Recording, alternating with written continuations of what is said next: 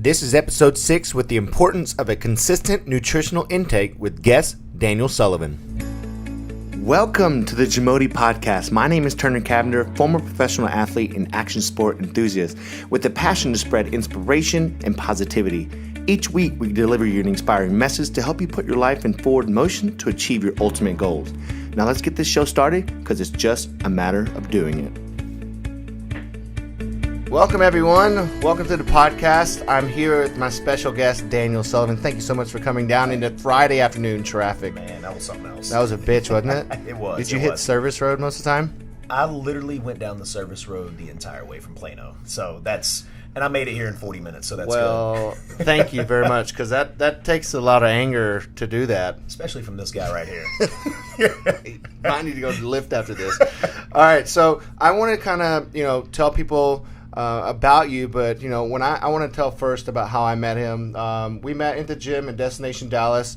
We're both athletes at that gym, and then I kind of wanted to try out the physique, do an NPC show, and he was my coach, nutrition, and we did a lot of workouts together.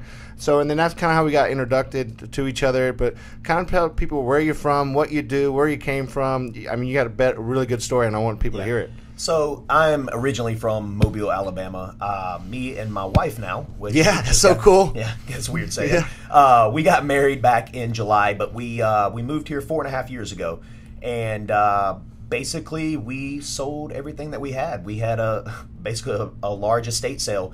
I asked her if she wanted to move out to Dallas, and we sold everything we had, and she was with it from month 6 being with me. So we moved out here, slept on a mattress for an entire year, and here we are 4 years later, just bought a house, a few months ago. So it's things are looking up. But I was a professional MMA fighter for 7 years, which you know about that. Yeah. And came out here to Dallas and was introduced to the bodybuilding world. And I've always been a personal trainer, nutritionist, like yourself. Yeah.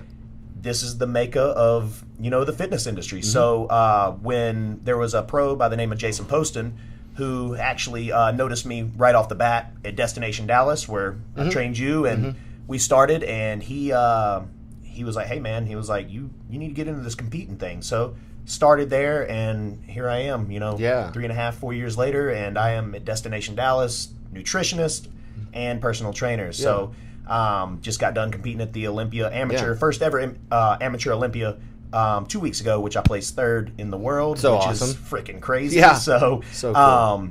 Absolutely amazing, man. So here we are, sitting at your table talking to you at your gym. So this is freaking amazing. So. Yeah. So a lot of people might be asking, well, why does Turner need a coach or a nutritionist? Well, he has one too. Absolutely. And sometimes he might not use them, but sometimes when it comes down to like doing a show and stuff, coaches need coaches, and so it's important to have motivation outside the box, because you work inside this box and you may think in the heat of the moment that you're outside of your comfort zone, but you can get somebody else to get you way outside of that. And absolutely, and it's not like when you came to me you didn't know how to lift or anything like that. It was basically like, hey, I need a second eye on me because I see myself every day.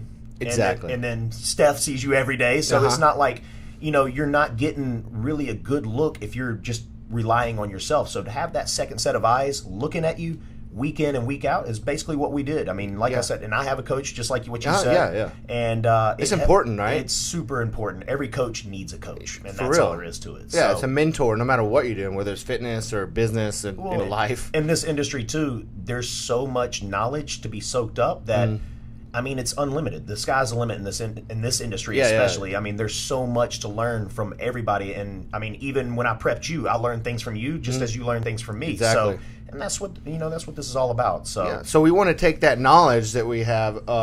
We continue ourselves to learn all the time, and we want to ooze it on to you guys. So, the topic is about the importance of a consistent nutrition on a daily basis. Now, that is the whole topic, and I want to kind of give the viewers, the listeners, some value to take home with them while we're doing this. So the big question today: what would you say? What's the most important thing, and why is it important to have a consistent nutritional intake daily? Well, and it kind of brings me to the point of being in off season, which I'm in right now. I'm in off season. Super happy, man.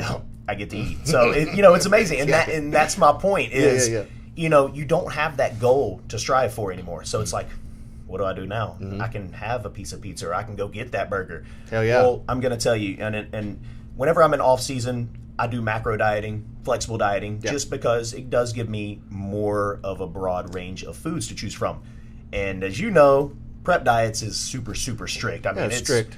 The chicken, the fish, the steak, the potatoes. So, I don't have that anymore. So when we're on prep, we're super consistent. So I'm trying to bring that into my off season of being super consistent with these foods, because it's super, super easy to get carried away and to go, I'm going to have that Pop-Tart, but one Pop-Tart's going to lead to 2, 3, and then you're going to cheat for the rest of the day. So you're not being consistent anymore. So being consistent from breakfast to dinner is super, super important, whether that be you're on a structured meal plan, whether you're on a flexible dieting meal plan, it all is going to matter whether you're consistent or not. So whether it be you're consistent on, a very structured or a very lackadaisy, and I don't want to say lackadaisy just because it is flexible dieting, but it does give you that broad range of food. So we are still consistent at what we eat, whether it be your macronutrients, the carbs, the fats, the proteins with the calories, or you have a plan from Joe Blow written breakfast to dinner. We're still staying consistent. And that's what I'm trying to achieve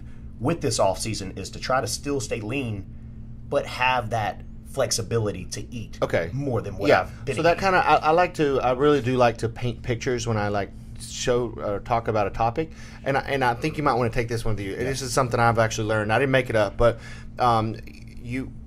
it's all about, when you go into a fast food restaurant, look around. You are what you eat consistently. Whatever you do consistently, you are. And I know you've heard this and you've said it. You are what you eat. But if you go to a health food restaurant or a Whole Foods and you look around, most likely they're probably in yoga pants. So you're having a good time looking at asses and stuff, but they look great and they're not unlike fat. Walmart. Yeah, WalmartPeople.com. That's on point. Well, and most of those people are from Mobile, Alabama. So, and I hate to say that, but if you look up Walmart.com, it's mostly Alabama that you're looking at. Yeah, dead serious. Oh my God. Me and Shannon went home the last time, and there was a woman in her brawl shopping. That's not a lie. Oh my God. Brawl, not sports brawl. Brawl. So, wow, it's very interesting. But yeah, you're exactly right. And I'm not knocking anybody that shops at Walmart. No. I will definitely go buy if they're having deals on meat, whatever. Yeah. But you are exactly right. I mean, it's like going into, an expensive store, say is Gucci. When you go into Gucci, you're not going to find a guy who's wearing Umbro shorts and a wife beater walking in there and just looking all raggedy. Yeah. You're going to see some good looking people walk into that store. And, it's the same thing with your food. Yeah. People who are consistent with their food, you're going to look at that person, whether they're 20 pounds overweight or, in shape. You can look at that person's face and say, man, they've got their stuff together. They're either they're trying to get healthy, they look healthy, or they are healthy. That's okay. So what would you say? What would be some tips that you would actually? So if someone's sitting right here in the center of the table, what would you say to that person to give them some tips to get started on something like this? And that's to be consistent, because there's a thing called yo-yoing where they're like, oh, I'm going to eat all this. I'm going to go drink and rage, get shit face, and eat shit food because that's what you want when you're drunk. Absolutely. And then they go on the phase of, and then you go on the phase of eating healthy, and then you cut off. So how can you make somebody consistent that does that yo-yo?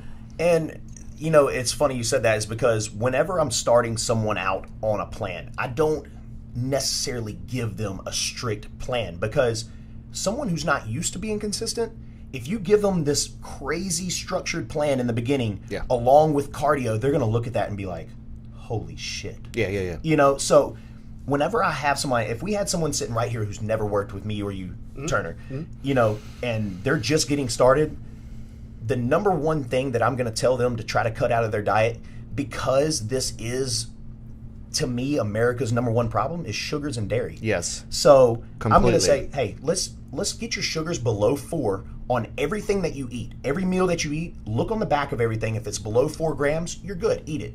And let's cut all dairy. That's cheese, even let's cut, I don't want to say bread, but hey, let's cut some bread. There's certain things that you can cut out, but dairy is going to be the number one.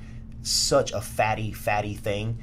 And that's just what I tell my people to cut out, first of all. And I can tell you one thing. I've had women lose 7 to 12 pounds within the first 2 weeks because of reasons like that, because they're so used to eating cheese and dairy and milk. And that was normal to them. Absolutely. And when they stop this, boom, they see weight just drop like a mo. Like, I mean, it's crazy. So that's probably the biggest tip I can give for someone who's just starting out, who isn't consistent, who's never done this before. Cut out dairy and make sure everything is below 4 sugars on every single meal. Okay. So, all right. So for the person that's, that just like you said, what's their action plan? So right now, today, to lead them into tomorrow to start consistently. Let's give somebody right now that's watching a video, like listening, what is their plan? What do you want them to do today, and then lead until tomorrow to stay on a consistent plan without rebelling? We're taking lifestyle, small baby steps here because we don't want them to rebel quickly, right? Right. And then they can visit one of our sites and they can find a meal plan that's more strict. But let's give them some free content here. Let's give them some free plan. Absolutely. So tell them, what is the first thing you tell them to do today? Today, I'm going to tell you to cut out dairy. Okay. If any dairy is in your, and I'm not talking about protein shakes, because we all know protein shakes have soy in them. Yeah. I'm talking about your main courses like milk, cheese. Cheese and milk, if you cut those two things out overnight, I guarantee you, if you're eating that consistently right now, and cheese, I love cheese. Dude, I will do dirty things with cheese. You know what I'm saying? Yeah, exactly. So, and that's a tough thing for people. And I mean, even the plans that we write, I guarantee you get the questions I get. I have to cut out cheese. Yeah. Or I have to cut out butter. Oh my gosh, what do I cook with? Yeah. Cut out those things, and I guarantee you'll start feeling better.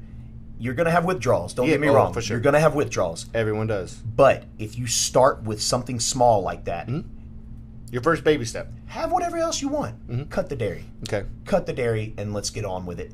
Couple days on that, and then we start something else. Okay. What would be the second thing we do, and then we'll leave with that? I'm going to tell, and that's another thing too, is a lot of people have the misconception of cardio. Everybody thinks you have to run 5 miles or run... Which is a bunch of horseshit. Horseshit. Yeah. Hours of cardio to lose all this weight. Absolutely not. No. So what I'm going to tell you is I'm going to tell you to start with cardio 2 to 3 times a week. Okay. Let's do 30 minutes. Okay. And I want you to have your heart rate at 130 to 150. That's a fat burning zone. Absolutely. Correct. And you're not going to burn any muscle while you do it, because we have to have our muscle in order to burn that fat. That's why fat loss is so hard, because people think they need to go on these crazy runs. But when you do that, just for a little side note here, when you go on those runs, most likely your heart rate goes skyrocketing above 170, 150, 180, 190. Yeah. Absolutely. Yeah, so we want to stay in 130 to 150. Yep. 15 to 30 minutes max. I mean, I'm going to tell you, I just did the biggest show. And I mean, I eat clean regularly. I mean, it's not like don't get me wrong, I binge. I mean, I had 2 large pizzas last night, and I'm not going to lie about that. Gnarly. It was my cheat meal. It's so, awesome. I had to do that. So, I'm jealous. But I'm going to tell you, man, and the misconception, especially even with bodybuilders, for the Amateur Olympia, which is the biggest show I've ever done in my entire life, I did the shortest prep, and I did the least amount of cardio I've ever done in my life. I did 6 weeks of cardio, and that's it, and I never went over 25 minutes a day. Okay. And I walked. But I had my heart rate at that 130 to 155 for every single day that I did cardio. I did 5 to 6 days a week. Yeah. But you look at some of the other people that do, or who are in the same sport as me, it's like, hey, man, how much cardio are you doing? Man, I'm doing 40 minutes in the morning and 40 minutes at night. Damn. That's just not for me. You know what I'm saying? So, you're like, cardio, I'll lift my weights faster, bro.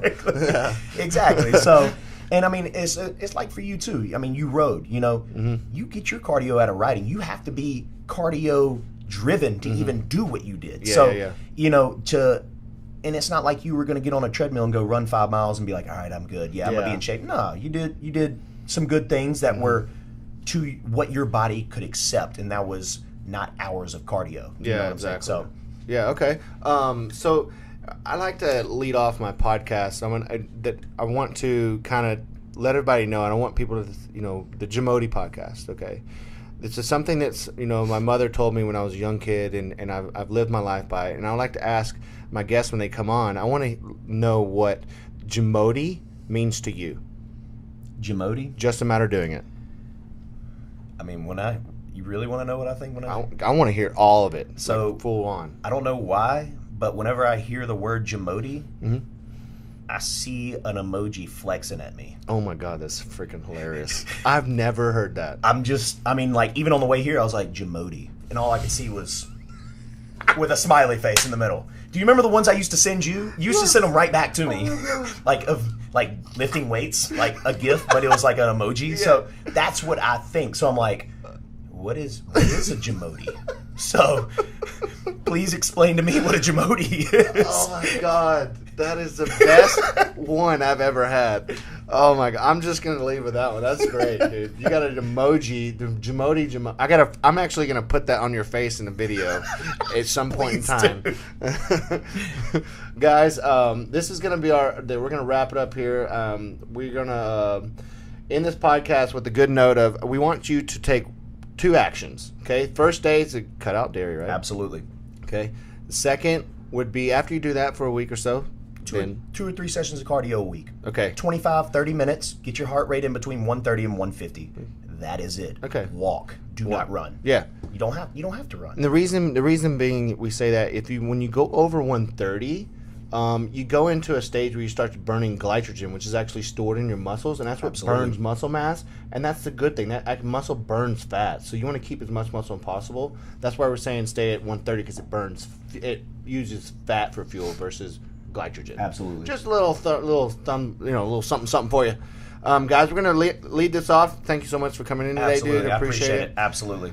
If you have any questions, you can just, DM this guy. I will have his contacts in the show notes. And if you have any questions about us for meal plans or anything, any kind of structure, contact us both. We're here to help people. That's our passion in life. He shares the same one as me. And I want you guys to remember, your word of mouth is my oxygen. And without your comments, your ratings, I can't breathe. So I have a passion, and that passion is to inspire others and spread positivity through the world. So please leave that. Let me know. If it's 1 star, fucking cool. If not, all good. We just want something out there, all right? Remember. Can I do this? Yeah, you can. Okay. All day. That's his thing. That's my thing. All right, guys. We'll see you next time. Remember, JAMODI. Just a matter of doing it. JAMODI.